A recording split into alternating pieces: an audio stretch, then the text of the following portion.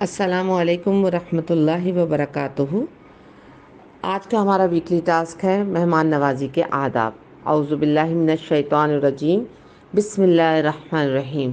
اللہ رب العزت سورہ مریم آیت نمبر 85 میں فرماتے ہیں کہ جس دن ہم پرہیزگاروں کو اللہ رحمان کی طرف بطور مہمان کے جمع کریں گے۔ اس آیت کا ایک ترجمہ اس طرح سے بھی ہے کہ جس دن ہم جمع کریں گے اللہ کے متقی لوگوں کو وفد کی صورت میں، وفدہ وفد کی صورت میں، وفد کہتے ہیں جماعت کو، وافد کی جمع ہے یہ۔ اللہ کے معزز لوگوں کو مہمان بنا کر اللہ تعالیٰ کی بارگاہ میں وفد یعنی جماعت کی صورت میں مہمان بنا کر لایا جائے گا۔ یعنی میزبان کون؟ اللہ۔ کس شان سے وہ متقی لوگوں کو اپنے مہمان بنا رہا ہے؟ وفد کی صورت میں۔ خود اللہ نے بارہا قرآن مجید میں مہمان نوازی کے بارے میں فرمایا کہ جنت میں وہ کس طرح سے مہمان نوازی فرمائے گا اپنے متقی لوگوں کی، یعنی کہ تخت بچھے ہوں گے، قالین ان پر آراستہ ہوں گے، گاؤ تکیے سجے ہوں گے، جنتی سبز رنگ کے لباس میں سونے کے کنگن پہنے ہوں گے، غلامان خدمت کو حاضر ہوں گے، حوریں آرائش سے مزین ان کی خدمت میں موجود ہوں گی۔ الغرض اللہ خوب ہی مہمان نوازی کرنے والا ہے، وہ بہترین میزبان ہے۔ متقی لوگوں کی مہمان نوازی اللہ تعالیٰ خود فرمائیں گے۔ ان کی مرضی کی، ان کی پسند کی چیزیں ان کو عطا فرمائی جائیں گی، نہریں بہہ رہی ہوں گی، ہر طرف خوبصورت خوبصورت مناظر ہوں گے۔ یہ دنیا کے جو باغات ہیں یہ تو جنت کا کوڑا ہیں۔ اب اس زمن میں ہم نے حدیث لی ہے، صحیح بخاری 6138، نبی کریم صلی اللہ علیہ وآلہ وسلم نے فرمایا کہ جو شخص اللہ پر اور آخرت کے دن پر ایمان رکھتا ہے اسے اپنے مہمان کی عزت کرنی چاہیے۔ صرف ہمارے پیارے آقا صلی اللہ علیہ وآلہ وسلم کی یہ سنت مبارکہ نہیں، بلکہ دیگر انبیاء کرام علیہ نبینا و علیہم الصلاۃ والسلام کا طریقہ بھی یہی رہا ہے۔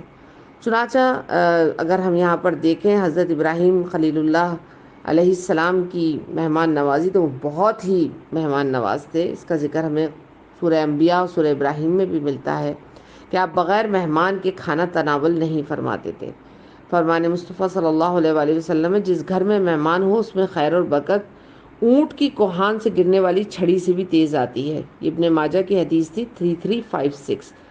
اب ہمیں مہمان کی اس طرح مہمان نوازی کرنی ہے کہ اسے اپنا ایمان سمجھ دینا ہے۔ کیا؟ جیسے قیامت کے دن پر ہم یقین رکھتے ہیں کہ قیامت آ کے رہے گی، اس طرح ہمیں یقین ہونا چاہیے کہ جو مہمان آیا ہے وہ ہمارے لیے رحمت بن کر آیا ہے، اس کو بے انتہا عزت دینی چاہیے۔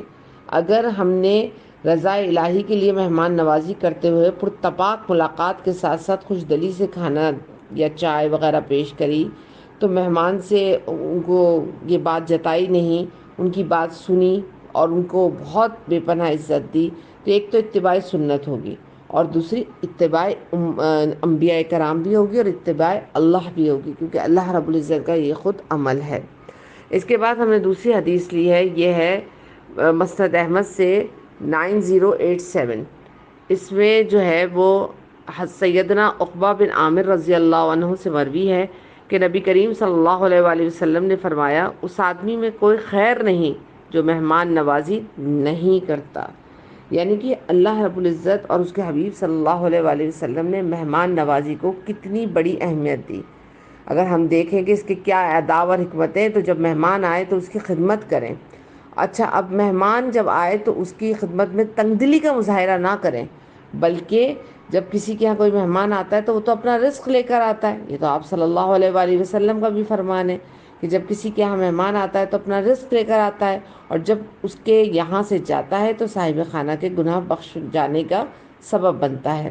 تو اللہ رب العزت نے یہ حدیث تھی ابن ماجہ کی 2583، تو جب یہ مہمان جاتا ہے تو ہماری مشکلیں دور کر جاتا ہے۔